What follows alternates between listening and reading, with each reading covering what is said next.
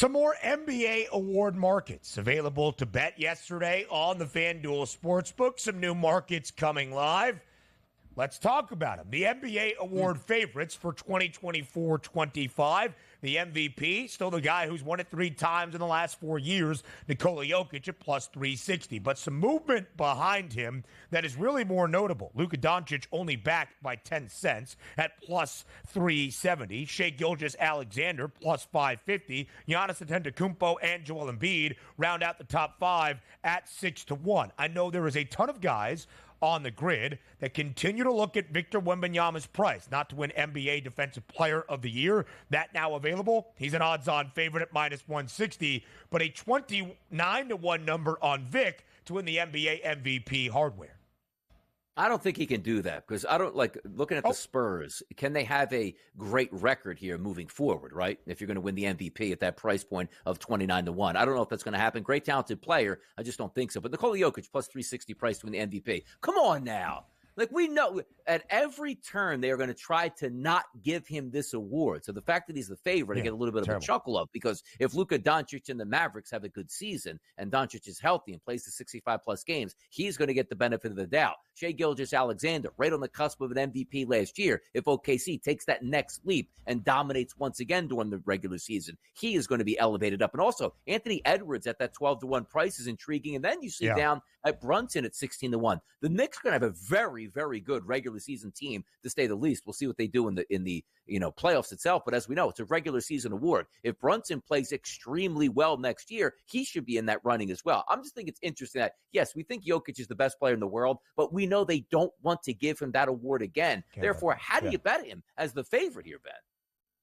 You don't, you shouldn't, and you can't, frankly, if I were to say. Nikola Jokic is probably going to put up the statistical numbers that we have seen the Joker put up. There's an argument that the year Joel Embiid won the MVP award 2 seasons ago in the NBA, Jokic's numbers were better than in any of his NBA winning seasons of that MVP hardware. So it's not that his numbers are going to fall off or you predict that he or the Denver Nuggets struggles. It's the narrative behind it. Victor Wembanyama, minus 160 to win the DPOY, Defensive Player of the Year award. Last year, Triple J, Jaren Jackson, just for comparison's sake, of the Memphis Grizzlies, was the preseason favorite to win the Defensive Player of the Year at a plus 500 number. Vic already at minus 160.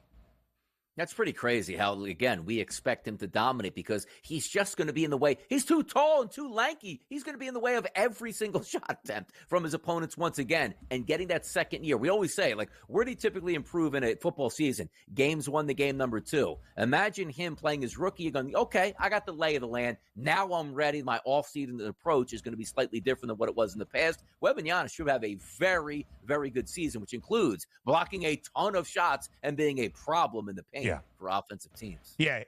He's going to be fantastic. We are going to see that on display over in his native France at the Paris Olympics as well. Zach Edey, still the favorite to win Rookie of the Year at a 6-1 price, $1 in front of Reed Sheppard. Now let's get to some other ones. Most improved player, Jonathan Kuminga, a 10-1 number for the Golden State Warriors. Maybe in the absence of Clay and a new era in the Bay, Kuminga expected to do more. Malik Monk, the favorite to win the 6th Man of the Year award at plus 430. Joe Mazzulla of the Boston Celtics, the favorite to win the NBA Coach of the Year that last year, I believe, went to Mark Daigneault of the Oklahoma City Thunder. Yeah, by the way, you want to put my commissioner hat on again for this one here. Hey, NBA. Go ahead, you have the please. MVP, Defensive Player of the Year, and Rookie of the Year. What are we doing with all these awards? Most Improved Player. And how about this argument at the FanDuel Sportsbook? 15-1, Scotty Barnes. He signed a $200+ million extension. We're talking about him trying to work on his game and improve, like he can't dribble and shoot at the same time. I mean, what are we doing here? The Most Improved Player. Stop it. Get it out of my face.